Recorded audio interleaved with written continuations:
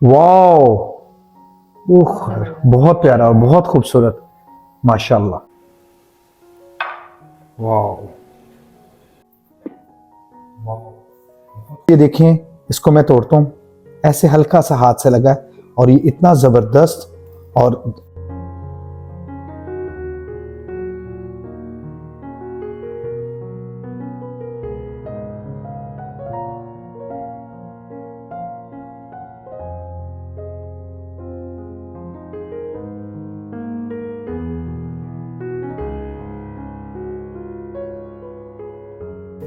अस्सलाम वालेकुम एवरीवन। अस्सलाम वालेकुम फ्रेंड्स, उम्मीद है आप सब लोग खैरोफियत से होंगे। अल्हम्दुलिल्लाह हम लोग भी खैरोफियत के साथ हैं। और पहले तो हम माजरत ख्वाह हैं कि हम 10 दिन कोई वीडियो नहीं लगा सके। उसकी बेसिक रीज़न थी कि हमारी भतीजी की शादी थी और हम उसमें बहुत ज़्यादा बिजी थे। हमारे घर में बहुत सारे गेस्ट आए हुए थे जिनको एंटरटेन करना पड़ता था। बहुत सारी हमने कुकिंग भी की उस दरमियान में, बहुत सारी हाई टीज़ भी बनाई, बहुत सारे बारबेक्यू भी किए। लेकिन चूंकि उनकी वीडियो हम इसलिए नहीं बना सके, वो फैमिली फंक्शन होते हैं, उनमें बहुत सारे लोग इस चीज़ से अवॉइड करते हैं कि वो फ्रंट पे नहीं आना चाहते या वो मीडिया में नहीं आना चाहते। तो डेट्स वाई हमने कोई भी वीडियो नहीं बनाई उनकी प्राइवेसी को मलहूज़े खातर रखते हुए। और अभी ये है कि हम फ्री हो चुके हैं अल्हम्दुलिल्लाह, और आज हम अपनी पहली वीडियो दोबारा से स्टार्ट करने लगे हैं। और पहली वीडियो में हम आज बड़ी ज़बरदस्त सी डिशेस बनाने लगे हैं। पहली डिश होगी काबली पुलाव, उसके बाद सेकेंडली हम चरगा बनाने लगे हैं, देगी चरगा, और तीसरा हम केक बनाएंगे। तो स्टे ट्यून्ड, आपको तीनों रेसिपीज़ कैसे बनाएंगे, किस तरीके से बेक करेंगे, वो आपको दिखाते हैं। तो फ्रेंड्स, आज जो रेसिपी मैं आपके साथ शेयर करने जा रहा हूं वो निहायत आसान है, इतनी जबरदस्त है कि उसको आप अपने दावतों के ऊपर बना सकते हैं, उसको वैसे रेगुलर अपने घर में बना सकते हैं। और ये इतनी जबरदस्त रेसिपी है कि जो भी इसको खाएगा वो आपको दुआएं तो देगा, आपकी तारीफ भी जरूर करेगा। तो इस रेसिपी को शुरू करते हैं। तो जी, मैंने इसके लिए मुकम्मल एक चिकन जो 1.5 से पौने 2 kg के करीब है, मतलब एक होल चिकन है, इसको सबसे पहले हम कट लगाएंगे। बिस्मिल्लाहिर्रहमानिर्रहीम। इसको हमने डीप कट लगाना है और ऐसे कट लगाना है कि ये जिस तरीके से बाजारी खूबसूरत लगता है इस तरीके से ये खूबसूरत लगे। और अपनी उंगली को भी बचाना है ये इस तरीके से, ताकि इसमें मिसाला वाला धस सके अच्छी तरीके से। इसी तरीके से मैं इसको दूसरी साइड से भी कट करने लगा हूं, तो आपने भी इसको इसी तरीके से दूसरी साइड से भी डीप कट ले लेना है। और ये जो इसकी लेग्स हैं इनको भी हम थोड़ा थोड़ा सा कट करेंगे ताकि इसकी अंदर भी मिसाला अच्छे तरीके से धस सके।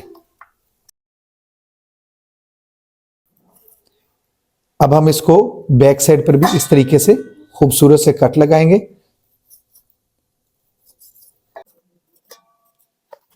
तो जी, ये कट्स हमने सारे लगा लिए हैं। अब हम इसको एक बाउल में शिफ्ट करेंगे। अब इसके अंदर हम 2 टेबल स्पून नमक डाल देंगे। और यहां पे मैंने 8 अदद लेमन लिए हैं और उनको मैंने कट कर लिया है। और मैं अब इसको इसके ऊपर स्क्वीज करूंगा। इसको साथ ही हम इसमें डालते जाएंगे। क्विक सर्विस चेक करें जरा। हाँ जी, हाँ जी जी, जाहिर सी बात है, जब भूख बहुत ज्यादा लगी हो तो आपको क्विक सर्विस बनाना ही पड़ता है। लेकिन इसके लिए, इस चरगे के लिए आपको थोड़ा सा वेट करना पड़ेगा, क्योंकि इस चरगे को कम से कम भी 2 घंटे के लिए आपको रखना पड़ता है, तभी ये जबरदस्त और बाजारी जैसा टेस्ट देता है। जी, अब हमने तमाम लेमन इसके अंदर अच्छे तरीके से ऊपर इसको स्क्वीज करके, और उनके अंदर ही उसके जो छिलके हैं वो भी इसके अंदर ही हमने डाल दिए हैं। अब हम इसको अच्छी तरीके से मलेंगे, और जितना अच्छे तरीके से मलेंगे उतना ही जबरदस्त तरीके से ये बनेगी रेसिपी।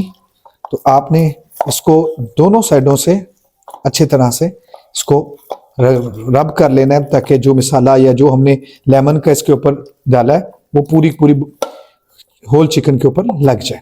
तो जी, ये नमक और लेमन लगाने से इसका सबसे बड़ी जो मज़ेदार चीज़ है वो ये है कि ये बहुत ही ज़्यादा जूसी सा बनेगा।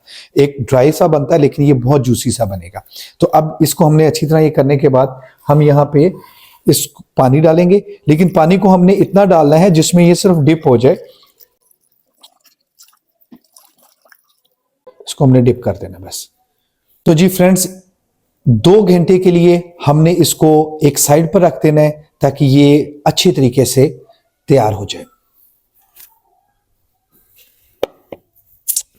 यस। तो जी यहाँ पे मोहम्मद इब्राहिम इस वक्त अपनी स्पेशल ड्यूटी के ऊपर है और इसका टास्क है कि 2 कप चाय, और इसके साथ ही इसका एक दोस्त भी आ रहा है तो उसने उसके लिए भी 1 कप चाय और बनानी है। तो ये इस वक्त उसने दूध रखा हुआ है और अपनी चाय की तैयारी कर रहा है। इब्राहिम जरा अच्छी सी बननी चाहिए और अच्छी तरह करनी चाहिए। Thank you. तो जी फ्रेंड्स, जितनी देर में हमारा चिकन स्विमिंग कर रहा है उतनी देर में हम अपनी अगली रेसिपी की तरफ चलते हैं। ये रेसिपी बहुत ही कमाल की है क्योंकि ये रेसिपी आजकल मार्केट में बहुत हिट हुई हुई है। इसका नाम है काबली पुलाव। इस काबली पुलाव से आपको वो ड्रामा याद आ जाता होगा काबली पुलाव, ये वो नहीं है, ये जरा सिंपल काबली पुलाव है।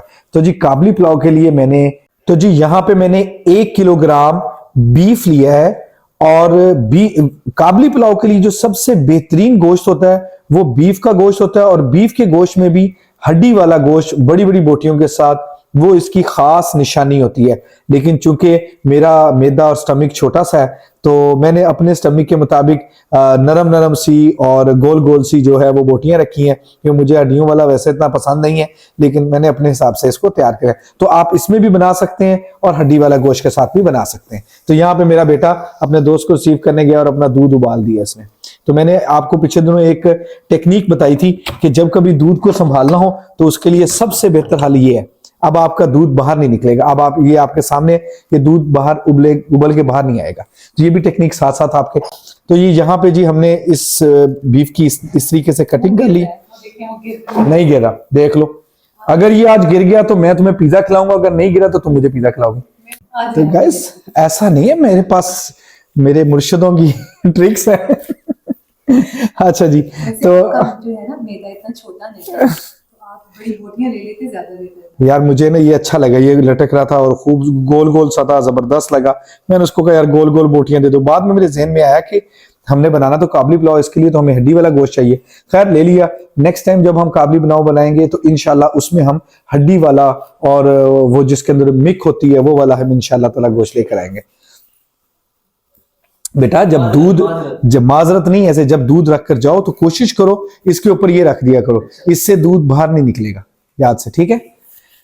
तो फिर ये तुम लोग ही चाय पियोगे, हम तो बाद में पियेंगे। तुम्हारे पिला लो, पहले उनको पिला लो चाय। यहाँ पे काबली पुलाव के लिए जो सबसे जरूरी चीज है वो हमारा ये प्रेशर कुकर है। यहाँ पे मैंने एक प्रेशर कुकर लिया है और अब मैं इसके अंदर इस गोश्त को डाल दूंगा, ठीक है। यहाँ पे मैंने 1 टेबल स्पून सफेद जीरा लिया है, उसको हम इसमें डाल देंगे। 1 टेबल स्पून ही हमने नमक लिया है, उसको इसमें डाल देंगे। और 2 मेरे जैसी स्मार्ट सी जो बड़ी इलायची है वो ली है, उसको इसमें डाल देंगे। और इसके अंदर हम 3 लीटर के करीब पानी डालेंगे और इसकी यखनी तैयार करने के लिए इसको 20 से 25 मिनट के लिए चूल्हे पे रख देंगे। ये इब्राहिम तुम्हारे बिस्किट भी डाल दो इसमें 2-3। तो जी यहाँ पे हमने पानी लिया है, बिस्मिल्लाहिर्रहमानिर्रहीम, ठीक है फ्रेंड्स। इसमें हमने 3 लीटर के करीब पानी डाल दिया है और अब हम इसको बंद करेंगे। और तो जी इसको हमने 20 से 25 मिनट के लिए पकाना है ताकि इसका गोश्त अच्छी तरह गल जाए और इसकी बेहतरीन सी यखनी बन जाए। तो इसको हम खुदा हाफिज कहते हैं। ले जी फ्रेंड्स, 20 से 25 मिनट हो चुके हैं गोश्त को गलते हुए। अब हम इसका वेट उठाएंगे और इसमें हम चेक करेंगे कि आया के गोश्त गला के नहीं गला। बिस्मिल्लाह, वाह, बेहतरीन किस्म का गोश्त गल चुका है। अभी हम इसको, तो जी ये देखें बोटी बहुत ज़बरदस्त किस्म की सॉफ्ट हो चुकी है।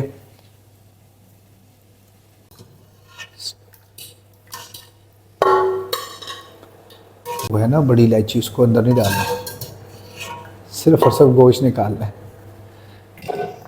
तो जी यखनी को हम यहाँ पे छाननी की मदद से छान लेंगे ताकि ये जो मसाला जात हमने इसमें डाले थे वो ऊपर रह जाए और सिर्फ यखनी हमारे पास बाकी बच जाती है। इसको हम अलहदा रख लेंगे।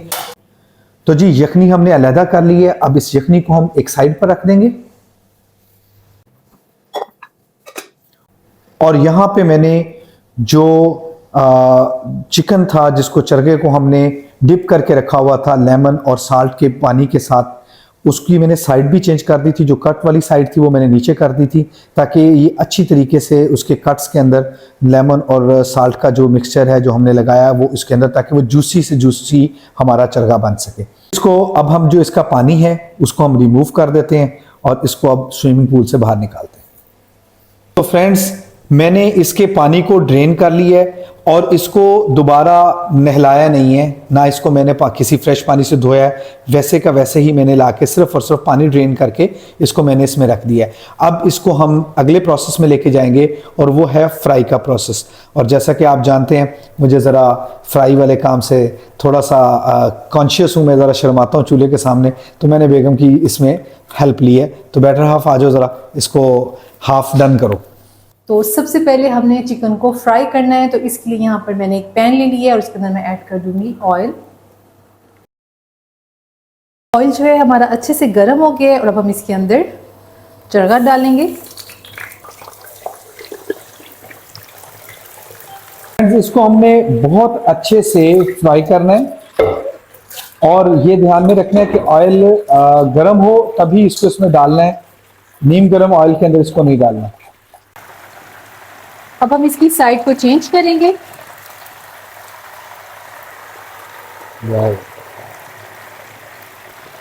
तो ये देखें एक साइड से कितना ज़बरदस्त इसका गोल्डन कलर आ गया। अब दूसरी साइड से भी हमने इसको इसी तरीके से गोल्डन कलर आने तक फ्राई करना है। तो फ्रेंड्स, ये दूसरी साइड से भी बहुत ज़बरदस्त सी गोल्डन हो गई है और इसको अब हम बाहर निकाल लेते हैं, डिश आउट कर लेते हैं।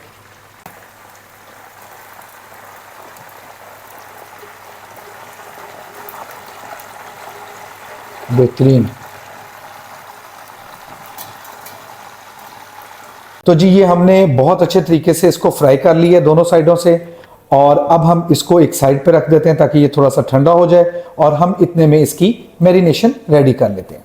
मैरिनेशन के लिए यहाँ पे मैंने कुछ इंग्रेडिएंट्स लिए हैं, जिसमें सबसे पहले 1 टीस्पून मैंने लाल कुटी हुई मिर्च ली है, पिसी हुई मिर्च। इसके साथ 1 टीस्पून ही दड़ा मिर्च ली है, चिली फ्लेक्स 1 टीस्पून हमने गरम मसाला लिया है, 1 टीस्पून हमने धनिया का पाउडर, खुश्क धनिया का पाउडर लिया है, आधा टीस्पून हमने हल्दी पाउडर लिया है, 1/4 यानी चौथाई चम्मच हमने छोटी इलायची का पाउडर लिया है। इसके साथ 1 टेबलस्पून हमने नमक लिया है और 1 टेबलस्पून ही हमने और लेमन जूस लिया है। इसके साथ 1 टेबलस्पून हमने चाट मसाला लिया है। इसके साथ हमने 1 टेबलस्पून लहसुन अदरक का पेस्ट इसमें डालेंगे। 2 टेबलस्पून हमने केचप ली है, आप इसमें चिली गार्लिक या सिंपल टोमेटो भी यूज कर सकते हैं। 3 टेबलस्पून हमने दही लिया है ठीक सा, और 1 टेबलस्पून हमने कॉर्नफ्लोर लिया है। इसके साथ हम थोड़ा सा इसके ऊपर फूड कलर, ताकि इसके ऊपर खूबसूरत सा कलर आ जाए। अब इसको हम अच्छे तरीके से मिक्सअप कर लेंगे। तो ये हमारा मैरिनेशन इसकी तैयार हो गई है, मसाला तैयार हो गया है, जो हम अपने चरगे के ऊपर पुट करेंगे। तो जी इसको अच्छे से हमने मिक्स कर लिया है और अब हम इसको चरगे के ऊपर लगाएंगे।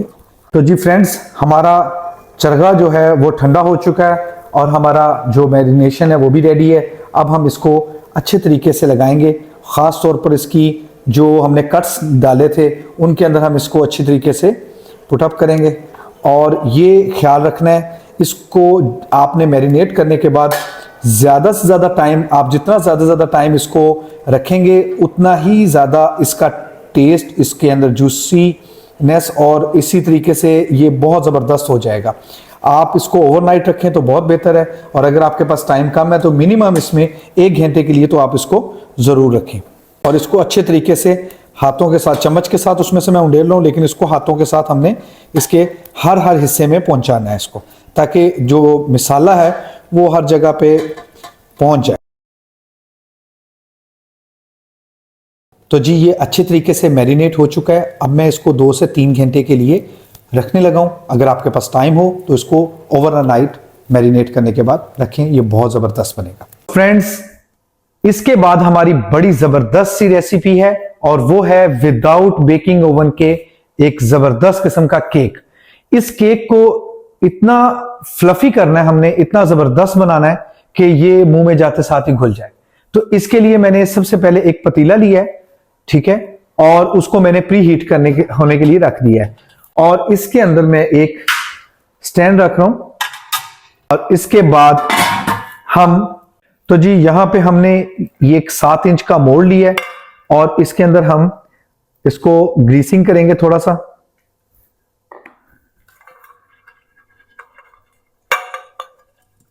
इसकी वॉल्स को भी आपने हल्का सा ग्रीस कर लेना है।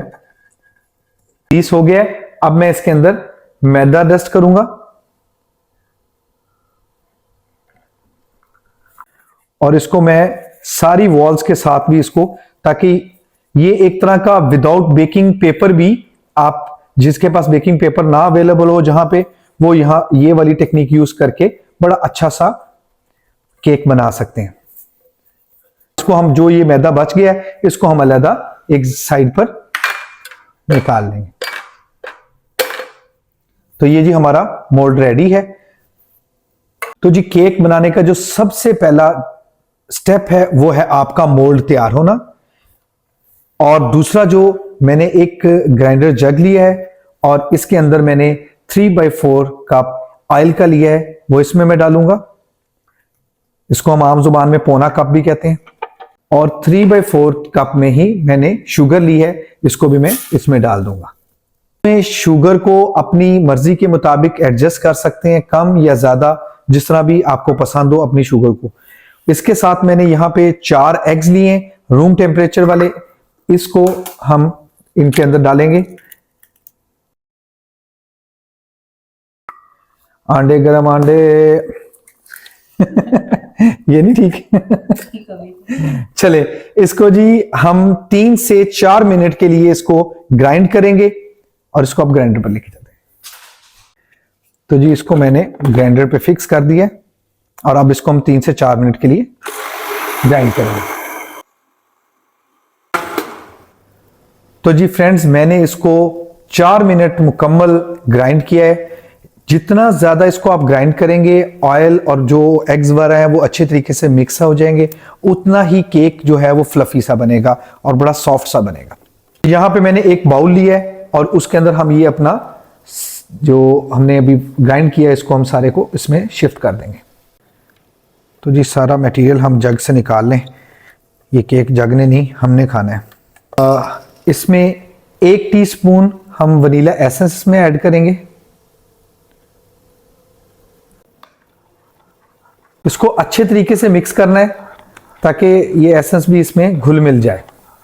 तो यहां पे हम लेंगे 1 अदद छाननी और उसके बाद इसमें हम 1 कप हमने मैदा लिया है, 1 टेबलस्पून बेकिंग पाउडर लिया है और अब हम इसको इसके ऊपर डस्ट कर लेंगे। इसको हम मिक्स करेंगे जी। इसको हम अच्छे तरीके से फोल्ड करेंगे और इसके साथ ही मैं आपको बताता हूं इस केक की सबसे सीक्रेट इंग्रेडिएंट, जिसकी वजह से ये केक बहुत ज़्यादा जूसी बनता है, फ्लफी बनता है, और वो है 1 टेबलस्पून दही। ये दही खट्टी नहीं होनी चाहिए और ये गाढ़ी दही इसके अंदर मैं ऐड कर दूंगा। आप इसको ऐड करें और फिर आप इस केक का जायका और इस केक का स्टफ देखें कितना ज़बरदस्त बनता है। जी हमने इसको अच्छे से फोल्ड कर लिया है और अब इसका टेक्सचर ये बनता है। ये आप देख रहे हैं, ये टेक्सचर जब बन जाए तो इसको फिर हमने, ये जो मोल्ड हमने रेडी किया हुआ था, इसके अंदर हमने इसको डाल देना है। बिस्मिल्लाह। ये हमने सारा मटेरियल इसमें डाल दिया है और इसको आपने एक दफ़ा उठा के, ताकि ये अच्छी तरह से सारी साइडों पे हो जाए। और अब हमने ग्लव्स यूज़ करने, चूंकि मैंने प्री हीट पे पहले रखा हुआ था और अभी बहुत अच्छे तरीके से प्री हीट हो चुका है, तो अब मैं इसको इसमें डालूंगा। बिस्मिल्लाह।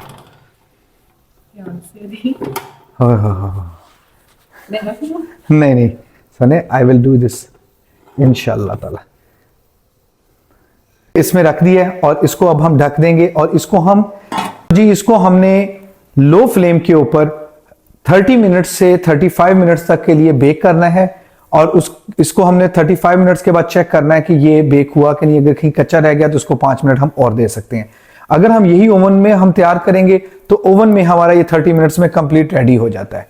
तो अब हम इसको 35 मिनट्स के लिए रख देते हैं बिल्कुल लो फ्लेम के ऊपर। जी फ्रेंड्स, मैंने चूंकि केक बेक होने के लिए रख दिया है और मेरे पास टाइम शॉर्ट है, मैंने सारी डिशेस तैयार करनी है, तो मैंने इसको 1 घंटा हो चुका है इसको मैरिनेट किए हुए और मैं इसको अब स्टीम करने लगा हूं।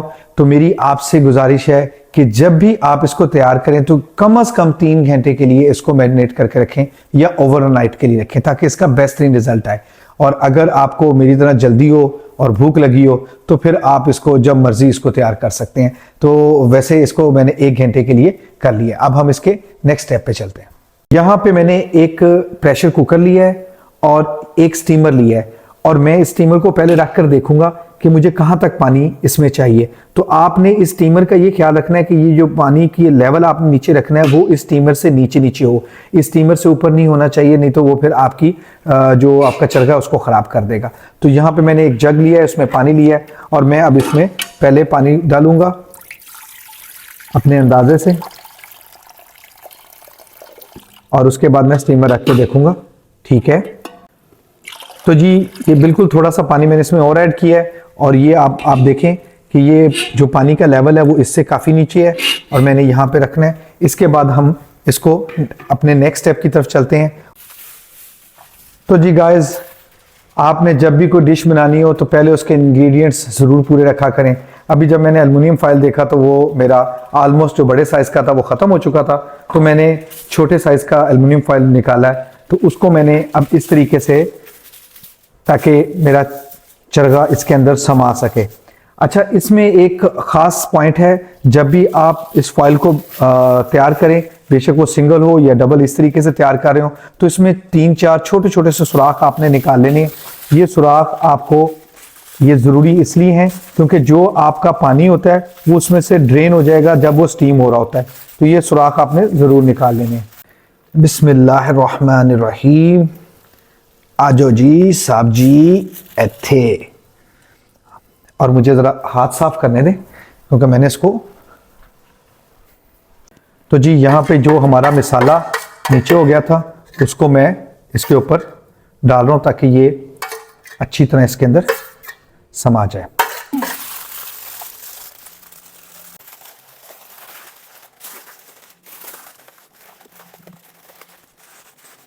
इसको अच्छे तरीके से आपने रैप अप कर लेना है कि कहीं से ये वो ना रह जाए।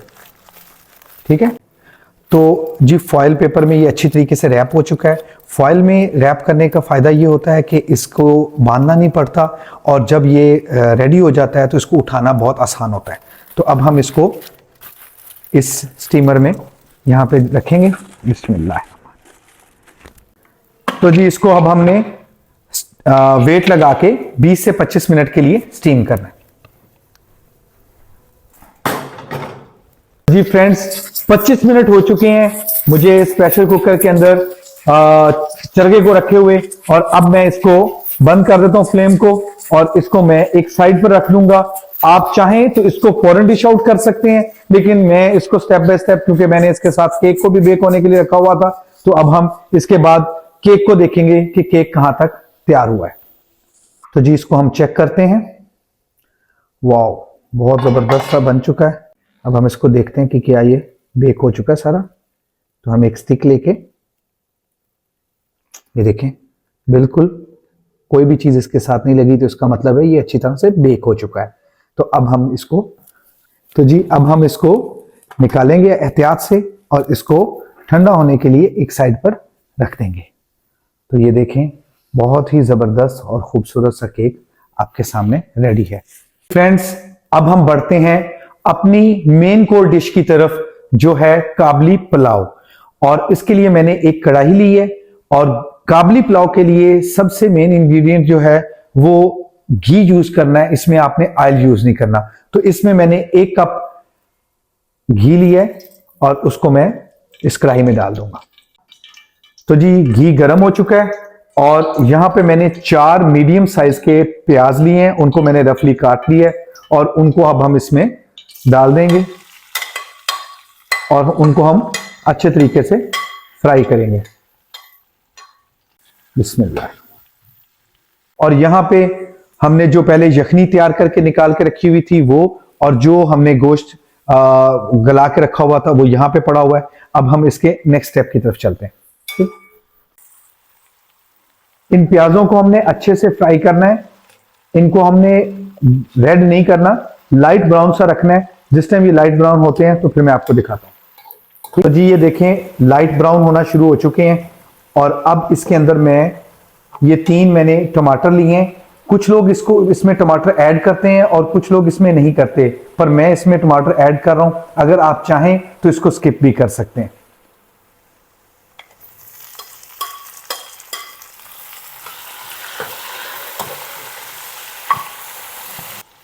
तो जी हमने इसको अच्छे तरीके से जो टमाटर हमने डाले हुए इनको इसमें मिक्स कर लेना है और इनको सॉफ्ट कर लेना है।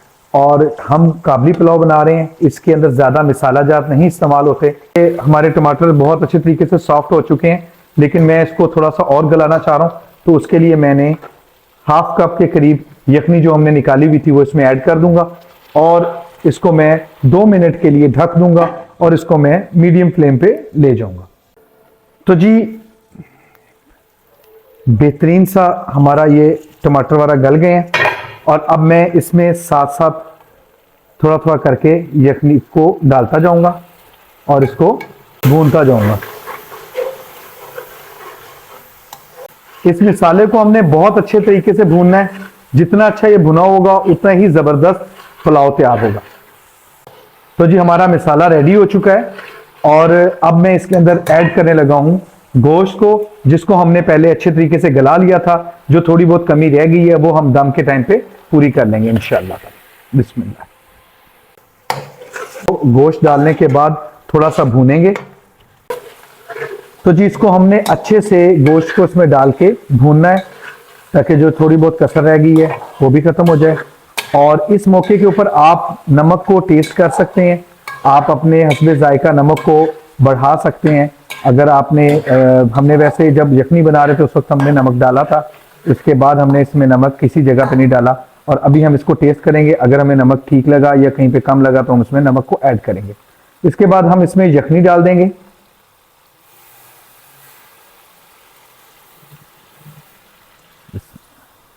अब हम सिर्फ और सिर्फ नमक को टेस्ट कर लेंगे और अगर हमें नमक बढ़ाना या कम करना है, कम तो मुझे इसमें थोड़ा सा नमक कम लगा तो मैंने 1 चम्मच इसमें नमक की और ऐड कर दी है। तो जी यहाँ पे हमने 750 ग्राम चावल लिए हैं। ये कच्ची बासमती है और इसको हमने आधे घंटे के लिए पानी में भिगो के रखा हुआ था। और अभी जिस तरह ही इसमें यखनी के अंदर उबाल आना शुरू हुआ, हमने इसके अंदर चावल को डाल दिया है। जी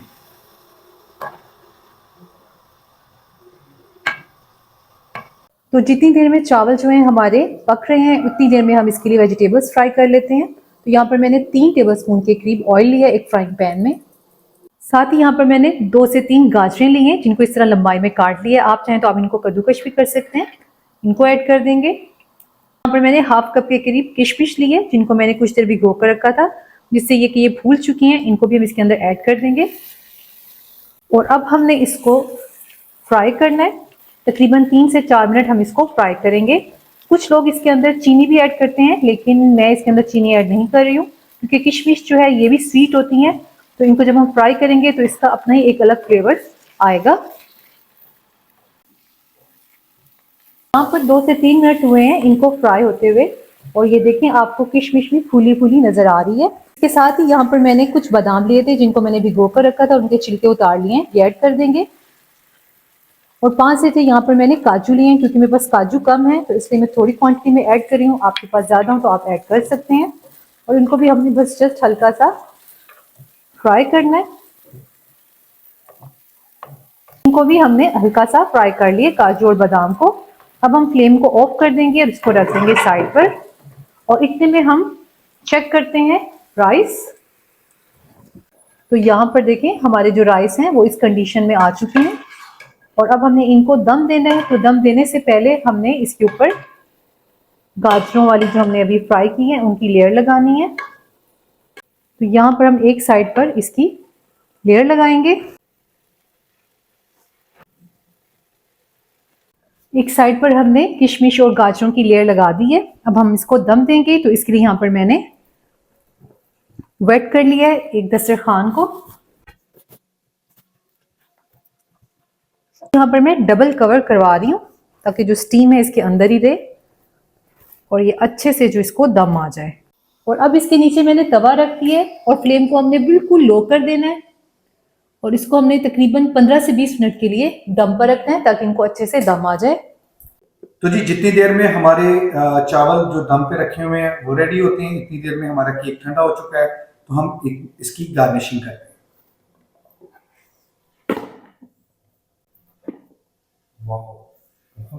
तो यहाँ से चेक करें कितना ज़बरदस्त फ्लफी सा ये केक तैयार हुआ है। और अब हमने इसको गार्निश करना है।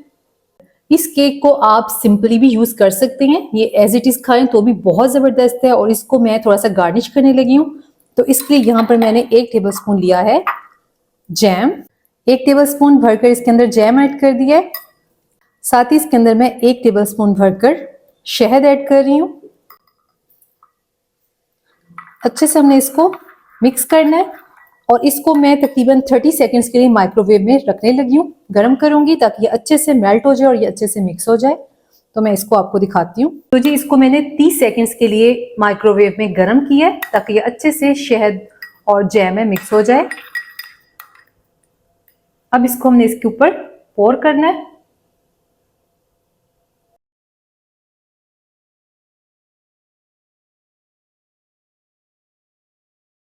इसको हमने अच्छे से फैला दिया इसके ऊपर। और यहाँ पर मैंने कुछ नट्स लिए हैं जिन्हें मैंने काट के रखा हुआ है। इनको इसके ऊपर हम स्प्रिंकल कर देंगे।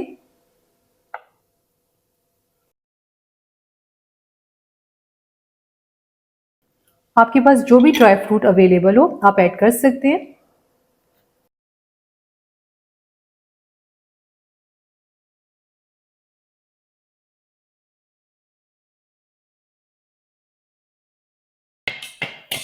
तो जी अब हम अपनी जो स्टीम वाली रेसिपी है उसकी तरफ चलते हैं। इसको हमने कुकर के अंदर रखा था और ये आप देखें बेहतरीन सा हो चुका है। बिस्मिल्लाह। तो जी ये हमारा जबरदस्त किस्म का स्टीम रेडी है। बिस्मिल्लाह। वाओ। अब मैं आपको इसको डिश आउट करके दिखाता हूं। तो जी जबरदस्त किस्म का चरगा रेडी है और मेरी भूख भी इस वक्त रेडी है। तो जी 20 मिनट के बाद अब हम इसके ढक्कन को उठाते हैं। वाओ माशाल्लाह, काबली पुलाव तो अफगानिस्तान जाने वाला हुआ है। ये देखिए चावल बहुत खिले खिले चावल, बहुत जबरदस्त।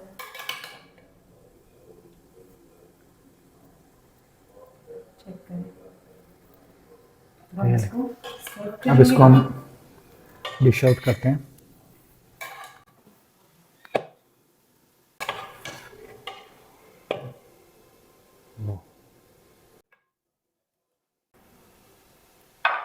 वाओ माशाल्लाह।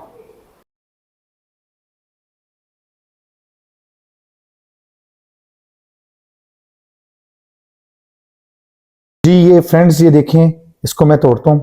ऐसे हल्का सा हाथ से लगा है और ये इतना जबरदस्त और अंदर तक ये जूसी बना है कि इसकी बात ही क्या है। उसके बाद मुझे भूख भी लगी है। बिस्मिल्लाह। बहुत जबरदस्त। तो फ्रेंड्स बहुत ही जबरदस्त किस्म की हमारी आज की तीनों डिशेस रेडी हैं। सबसे जबरदस्त किस्म का काबली पुलाव, खूबसूरत और बेहतरीन देगी चरगा और बड़ा फ्लफी सा केक। तो अगर आपको हमारी ये काविश पसंद आई हो, हमारी ये रेसिपीज अच्छी लगी हो, तो इसको जरूर लाइक कीजिएगा, अपने फैमिली एंड फ्रेंड्स के साथ शेयर कीजिएगा, और अगर आप इस चैनल पे न्यू हैं तो काइंडली इसको सब्सक्राइब कीजिएगा और अपना ख्याल रखिएगा। मिलते हैं अगले व्लॉग में। अल्लाह हाफिज।